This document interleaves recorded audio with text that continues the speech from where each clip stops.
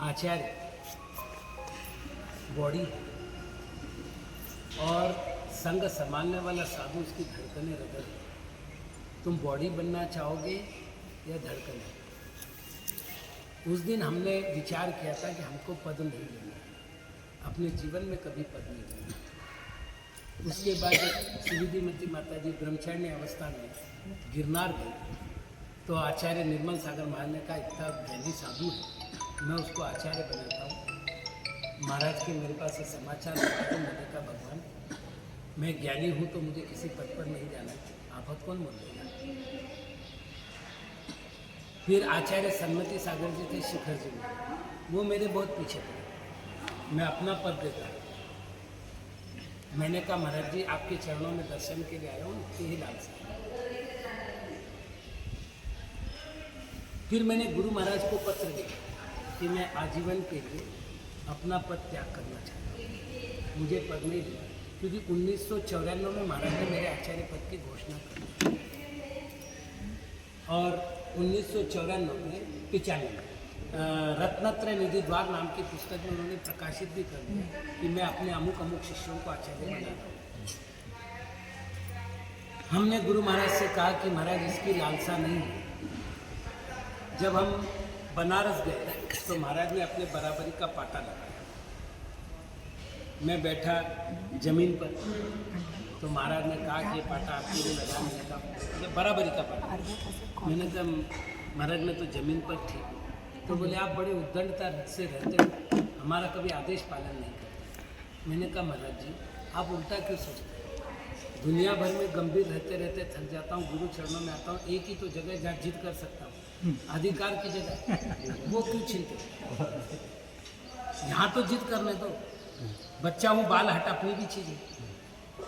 महाराज ने बहुत कोशिश की, उन्होंने कहा अगर मैंने तुमको पद दे दिया तो मुझे दूसरों को पद देना पड़ेगा, मैं पद देना नहीं चाहता, इसलिए तुम मेरा पद ले लो और ये विषय को ख़त्म करो। मैंने कहा महाराज आपके बीच में बाधा नहीं बनूंगा, मैं आजीवन पद त्याग करने के लिए तैयार हूँ, झंझट ही नहीं रही। बात खत्म हो गई। एक दिन हम थे रायपुर के पास छत्तीसगढ़ में सिमगा, वहाँ से हमने पत्र लिखा कि 19 मार्च को 11 मई को मेरे दीक्षा दिवस के दिन मैं आजीवन पद का त्याग करने जा रहा हूँ, और ऐसा लिखा था कि वापस पत्र ना पहुँच पाए। लेकिन महाराज का फैक्स आया कि आप हमें गुरु मानते हो तो इस प्रकार के कोई त्याग मत करना। 2003 में मुझे ऑर्डर आया कि आपको संघ में पहुंचना है। मैं था देवलगांव राजा और पहुंचना था उदयपुर राजस्थान। वैसे पहुंचे हम रीछा, और रीछा जाने से पहले मैना बाई जी ना ये बांसवाड़ा के आसपास। तो मैना बाई जी आई, बोले महाराज ने मेरे को आदेश दिया है कि श्रुत पंचमी के दिन सुनिधि सागर का आचार्य पद समापन में करने वाला, तो उनको जानकारी। मैंने मैना बाई से कहा तिथि के हिसाब से श्रुत पंचमी को होता है नहीं, मैंने महाराज से कहा, मैना बाई से कहा कि भाई जी आप तो गृहस्थ हैं, आप क्यों बीच में पड़ती हो, गुरु पास आ जाऊंगा तब सोच। उसके बाद महाराज ने कमेटी भेजी, पत्रिका बना करके भेजी, श्रुत पंचमी का कार्यक्रम आदि सागर महाराज का आचार्य पदारोहण दिवस, और उस दिन सुविधि सागर महाराज पर संस्कार का हुआ। पत्रिका मुझे दिखाई दी, मैंने कहा एक मिनट पेन देना, और पेन से वो विषय काट दिया। पंडित जी थोड़े से नाराज हुए। पंडित जी ने कहा गुरु की लेखनी पर आप लेखनी चला रहे। मैंने कहा देखो आप मेरे संघ के शिष्य हैं,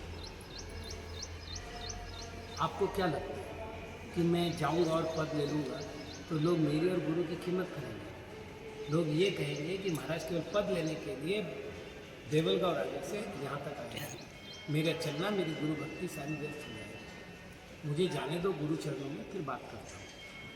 जब गुरु महाराज के पास गया, बहुत दिन व्यतीत हो गए, उन्होंने कोई चर्चा नहीं छेड़ी, तो मैंने कहा अपन क्यों छेड़ी, तो बात ही नहीं, श्रुत पंचमी पूरी हुई, महाराज ने बात ही नहीं, बाकी सब बात होती थी, आचार्य पद की कोई चर्चा नहीं। मैं भी अपना चुप। एक दिन बोले सुविधि सागर जी इधर आओ। मैं गया, जी मेरे आपको विहार करना है और अलग से चातुर्मास करना। मैंने कहा महाराज जी इतने दूर आया हूँ, एक चातुर्मास तो चरणों में कर लें दो। आपको तो हमारी कोई बात नहीं माननी, हर बात को विरोधी करना है। मैंने कहा महाराज आपकी आज्ञा का ही पालन करता हूँ, कौन सी बात करूँ, आचार्य पद के मानी। मैंने कहा महाराज जी अनुभव नहीं, हमारे पास कौन सा अनुभव है, पद पर बैठने के बाद सारी अकल आती है। मैंने कहा महाराज प्राची शास्त्र का ज्ञान नहीं, आचार्य बनने के बाद तो सबसे बड़ी जवाबदारी प्राची शास्त्र, हम काय करेंगे, पढ़ा देंगे। अब मैं जो बोलूँ उसके उनके पास उत्तर रेडी। देखा कि आज मेरा कुछ चलना नहीं है, तो मैंने कहा महाराज आप तो जिद करते रहते हो, नमोस्तु में तो जा रहा और उठकर कमरे पर आया। उत्तर नहीं दिया। शाम को मैनाबाई आई। मैनाबाई ने एक बात कही कि महाराज जी आप बुरा मत मानो तो कुछ बोलना चाहती हो, आप हमेशा गुरु को दुखा करके देते। मैंने कहा दीदी ऐसा तो कुछ नहीं। तो बोले आप गुरु के शिष्य हैं, मट्ठा पानी जो साधु ले रहा है उसका अर्थ क्या होता है भगवती की आराधना के अनुसार। मैंने कहा उसका अर्थ होता है संलेखना। भाई दूध छोड़ना है, मट्ठा लेना है, मट्ठा छोड़ना है, पानी लेना है, पानी छोड़ना है, समाधि करनी, ये तो क्रम है। तो बोले जब महाराज ने सारी चीज़ें छोड़ दी, मट्ठा पानी रखा है, इसका अर्थ उनका संकल्प संलेखना का। संलेखना की पूर्व तैयारी क्या होती है। मैंने कहा किसी सुयोग्य शिष्य को पद देना है। तो बोले जब वो पद दे रहे हैं और आप नहीं ले रहे, मतलब आप संलेखना नहीं चाहते, तो क्या चाहते हैं। आपको इतनी समझ नहीं है कि आचार्य अपनी जवाबदारी छोड़ रहा, आप जवाबदारी लेने के लिए तैयार नहीं है।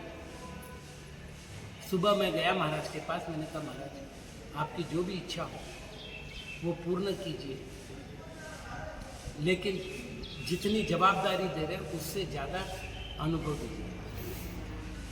और तब जाकर के 20 जून को मेरा संस्कार से पहले की बात है, मेरे पिताजी को बुलाया। पिताजी को बुला करके बोला इंद्रचंद मैं मेरे बेटे को आचार्य पद दे रहा हूँ, मैं बहुत खुश हूँ। मेरा चेहरा देख रहे हो, खुश हूँ ना। बोले हाँ महाराज। तो भाई मेरा बेटा है, वैसे तेरा भी बेटा है, तो तेरे को खुशी है। तो बोले है तो मेरी जैसी खुशी दिख रही, तेरी तो नहीं दिख रही। तो बोले महाराज क्या करूँ। बोले पहला मुनि तुझे बन जाए आचार्य के हाथ से। तो उन्होंने कहा महाराज धर्म पत्नी है, उसका क्या होगा, कैसे होगा, अभी मैं विचार करूँगा। कमरे पर आए तो उन्होंने मम्मी से बात की। तो मम्मी ने कहा जब आपको दीक्षा लेनी है, गुरु कह रहा है, उनको बोलो आप मुहूर्त निकाल दो। आचार्य महाराज ने मुहूर्त निकाला, पिंची कमंडल दिया, बोले यही कमंडल इंद्रचंद को देना। फिर आचार्य पद हुआ। उसके बाद आचार्य महाराज ने प्राची शास्त्र पढ़ाया, और जिस दिन आचार्य पद दिया उस दिन उन्होंने अपने हाथ से लिख कर के, अंकलिकर वाले में भी प्रकाशित है, अक्षय ज्योति में भी प्रकाशित है, कि मेरे समाधि के बाद इस संघ का संचालन सुविधि सागर करेंगे। तो जवाबदारी दी नहीं है, दी गई है। और दी गई है वो विवश करके दी गई है, क्योंकि उसके बाद एक शिष्य के पास उत्तर नहीं होगा। यदि किसी शिष्य को कहा जाए कि गुरु की जवाबदारी खत्म हुए बिना उनके जीवन का अंतिम लक्ष्य पूर्ण नहीं हो सकता, तो कोई भी शिष्य ऐसा नहीं हो सकता कि जो ना ले। और सच कह रहा हूँ, ये जवाबदारी बहुत कठिन है। स्वयं की साधना करना प्रवीण भैया बहुत आसान है। मैं शतरस त्याग करके आज भी जी सकता हूँ, मतलब पूरे साल भर में शतरस त्याग करता, अभी 5 रस त्याग। कठिन नहीं लगता जब अपनी साधना करनी है, लेकिन जब